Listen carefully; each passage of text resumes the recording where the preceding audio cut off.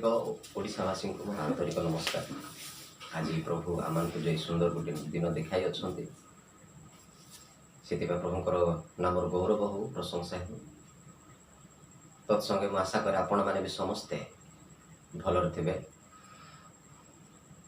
तो आज यही दैनिक माना आरंभ आम करने पूर्व ये मुझे आपण को गोटे विषय पचार चाहे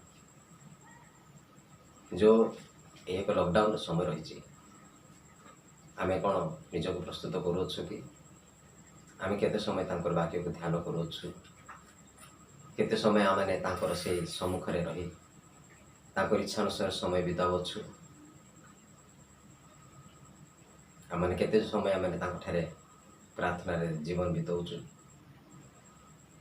केबे आपण माने चिंता कर आसु प्रभुंकर वाक्य आज आम को प्रभु को केमिति भाव आमको कथा कहवाई जाऊँगी आम ताको पढ़ा। गीत संहिता तार एक पर्वर एक पद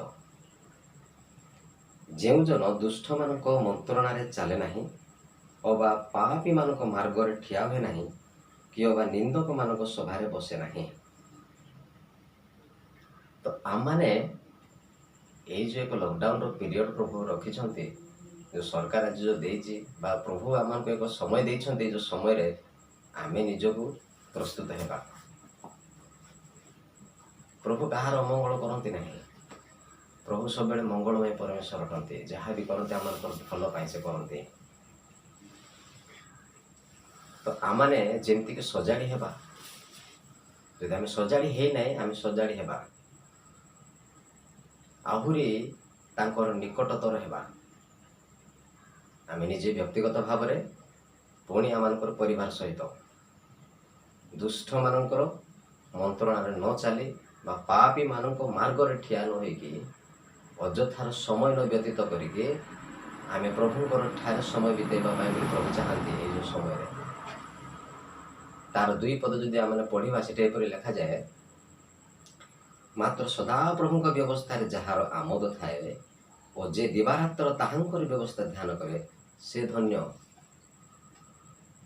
तामाने आज निजक परीक्षा करवा कि मु को प्रकार भाव रे ये जो समय रे जीवन बिताउची। केते लोक माने सकाळ उठिक प्रार्थना करूछु केते समय आम प्रभु ठारे प्रार्थना समय बिताउछु निजे निजक आम परीक्षा करवा चिंता करवा आ प्रस्तुत होगा। आम निज इच्छा आउजी पड़ा ना निज चिंताधारा आम आउजी पड़ा ना प्रभु दृष्टि मु कि प्रकार अच्छी आम परीक्षा कर देखबार अच्छी। मो दृष्टि सीना मु भल मु सब जानी सब किसी विषय ठीक किंतु प्रभु दृष्टि मु कि प्रकार अच्छी ताहा जानवर आवश्यकता रही। कहीं प्रभुकर वाक्य भी लेखा अच्छी कि आम निजर सुविवेचन आउजी पड़ा ना।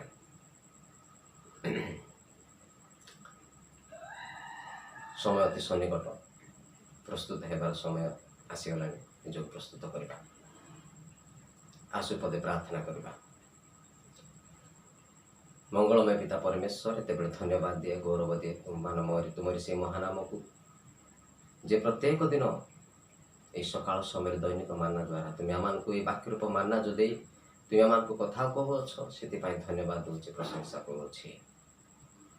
हे पिता परमेश्वर तुम पुत्र प्रभु जीशु कृष्ण को नाम रे तुम प्रार्थना करे देखुवा प्रत्येक भाई भौणी प्रत्येक माँ बापा प्रत्येक तुम लोक मैंने जो प्रस्तुत हे समय यहीपर तुम्हें साहाय्य कर जो एक सुवर्ण सुजोग तुम्हें आम को देछ ताहा जेपरि केही मध्य प्रभु आ व्यर्थ न करते तुम्हें से साहाय्य कर बोली प्रार्थना कर तुम्हारी पवित्र चरण तले दया कर अनुग्रह कर जब प्रत्येक मन परिवर्तन कर प्रभु तुम्हारे प्रस्तुत हे तुम्हें साहाय्य कर।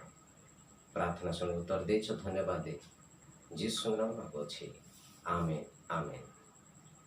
मोर प्रिय प्रभु लोक मैंने बाइबल अनेक उदाहरण अच्छे आम जानी साउलंकर विषय राजा दाऊदंकर विषय जे कि प्रकार भाव में साउल निज इच्छा अनुसार चलिले आर शेष दशा किपर है दाऊद सब प्रभु इच्छा अनुसार चलिले ଆଉ ତାଙ୍କର ଜୀବନ କି ପ୍ରକାର ହେଲା ଆମେ ସେ ବିଷୟ ଅତି ସ୍ପଷ୍ଟ ଭାବରେ ଜାଣିଅଛୁ। ସେଥିପାଇଁ ଆମେ ନିଜ ଇଚ୍ଛା ଅନୁସାରେ ପ୍ରଭୁଙ୍କର ସେ ଇଚ୍ଛା ଅନୁସାରେ ଚାଲିବା ପାଇଁ ଚେଷ୍ଟା କରିବା। ପ୍ରଭୁଙ୍କର ବାକ୍ୟ ଆମକୁ ଦିଆଯାଇଛି।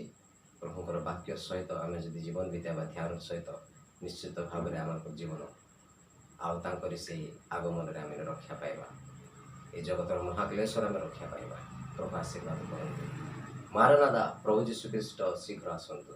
ଆମେନ୍।